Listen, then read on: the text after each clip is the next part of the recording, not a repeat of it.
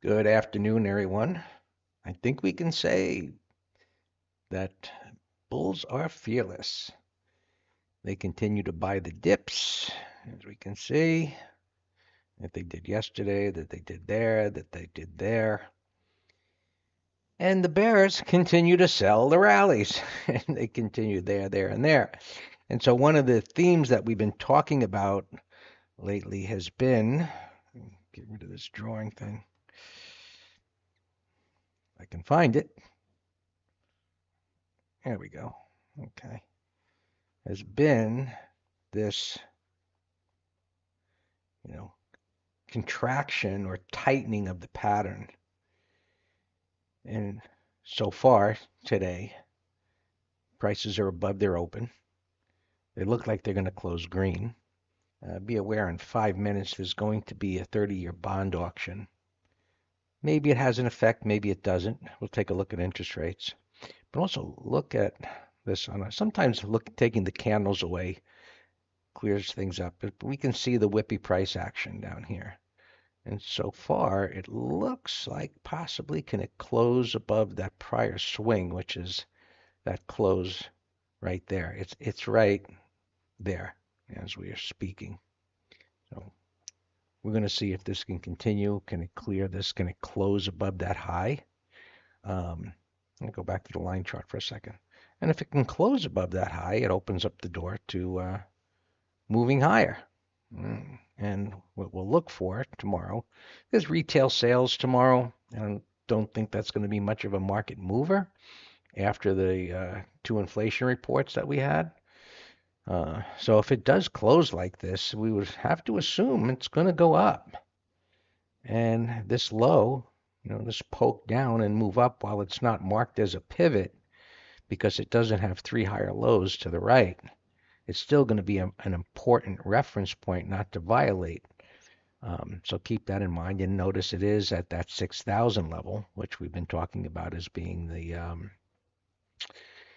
battleground between bulls and bears because of the large open interest in puts and calls going out um, to the quarterly expiration and maybe even beyond. I haven't taken a look. Anyway, this looks like good so far. Good so far has evaporated in the past, but that doesn't mean it'll happen again. We'll just have to see. What's doing well in there? Well, I guess this reported earnings. Yes, it did. That gapped up in a big way. So there's some positives there. This looks great and had this correction. It is up near this prior highs, but a wide range bar igniting there on earnings. So I would keep an eye on that. uh, Intel. There was news it ran up to the 200 about someone else buying it, taking over.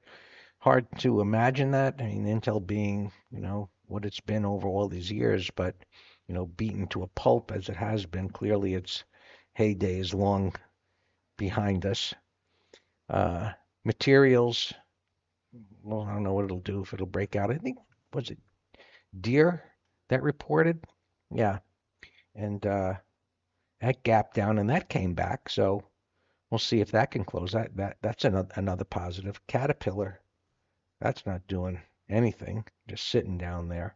Um, Earnings not until April, so that's not going to get any help. Other markets, Qs, where's the strength? Look at the Qs. Still just whipping, but tightening up. Looking at it on a closing basis. See, it's backing off from the resistance area that I marked off earlier in the day. We'll see how much that can hold up, whether it holds this.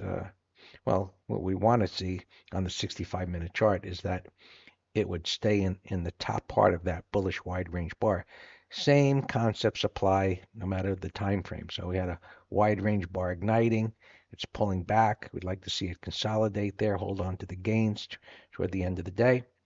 And if it does, that would support a bias that this can go higher, especially if it can come back and erase that little topping tail bar. Yet to be seen.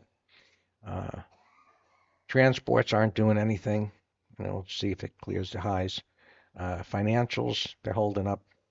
Nothing happening there. Momentum slowed. See the distance between the highs, slowing momentum. Still in an uptrend. If it breaks this low, that would be a negative sign. KRE, wide range bar didn't follow through. It's closing below that, so that's one of the negatives.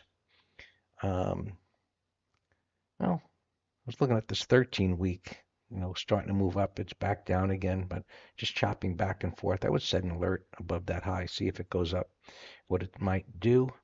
IWM can't get out of its own way. A trading range happening here. Um, so I don't know which way it's going to go. I don't think anybody does. On a positive note, semiconductors up near the high of the day. So far, not backing off. Intel had the big move, kind of the lone big mover. This is sorted by percent change on the day. Micron, improving, but, that's been busted up pretty good. NVIDIA, I look at this and say, gap down, that's bad, all this resistance. But if it can close like this, it might just be able to move up. So we'll keep an eye on that. And there's a lot of them that are just in no man's land. That one not doing better, but resistance to the left. This one not good. Texas, no good. There's a lot of them that just aren't attractive. KLAC, April earnings, and set alert above the high. I think that was AMD. There was an article in Market Watch. I think it was today or yesterday, and I put a note on the chart. They said it was the first time in 12 years that an insider bought the stock. So, maybe it means something. I know what it does mean is we know it's still in a downtrend, so it has nothing to do with it yet. There's no wide range bars down here. You know, that was like some volume you can see on that gap reversal, so maybe the start of something yet to be seen. Um, LRCX, that's an institutional favorite. That's not doing anything, so you can set alerts at the high. What else here? Oh, interest rates. What crazy price action. I mean, craziness is just everywhere. We had that move up yesterday, and now they're moving down.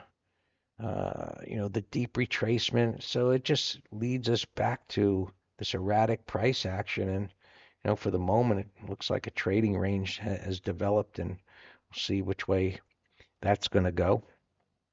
Energy, just flip-flopping back and forth. Communication services, little topping tail there, backing off from a new high. So that's a positive. That's not doing much of anything. Just flipping through that charter could be of interest. CMCSK grinding.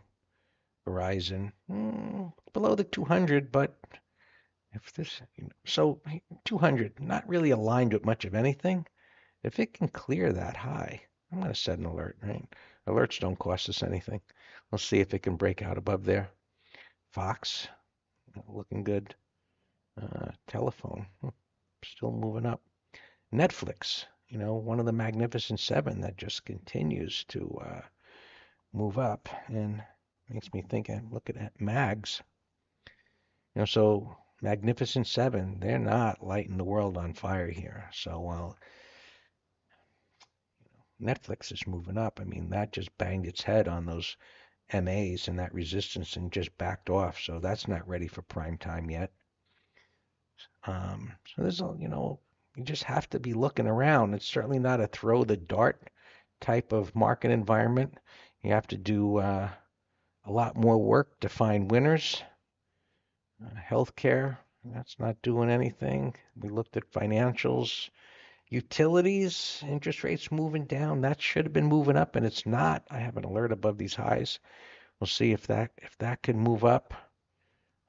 Industrials not doing anything. So there's some pockets of strength, like the semiconductors, and Intel doing what it's doing. NVIDIA showing some life, but overall, there's just a lot of the same sloppy price action going on, and we're just looking for the needles in the haystack, things that are moving. We're finding a few.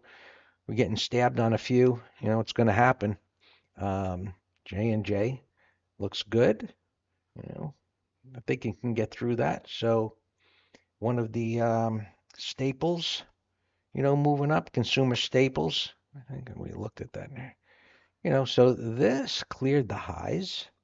It's got some resistance there, but it moved down sideways. It held its own here. A gap reversal day, and now it's taken out the highs. That would suggest it's going to go up. Uh, that gapped up on earnings. DLTR not doing anything.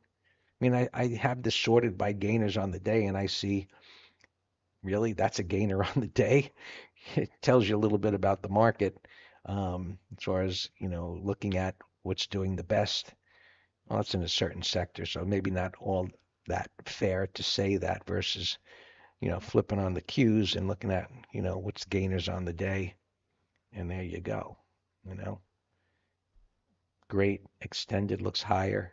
The one we looked at before, GE Healthcare, Intel we looked at, Tesla. We had a good day trade in that this morning that I had mentioned while we were doing the pre-market review to buy it right around here when he gapped up to resistance. I was just jiggling around there, and then I told everybody in the green room, look, I'm getting out as it came up to this resistance area. One of the items that we looked at, and I think it's still in the recording where I mentioned, hey, there's a large volume in the 350 strike, so there's big bets that it's going to go higher, expiring tomorrow. And it did. And then I looked at the 360 was high volume. I said, you know what? It's just coming up to this resistance area. Maybe it'll get to 360, maybe not. Let's just take the money.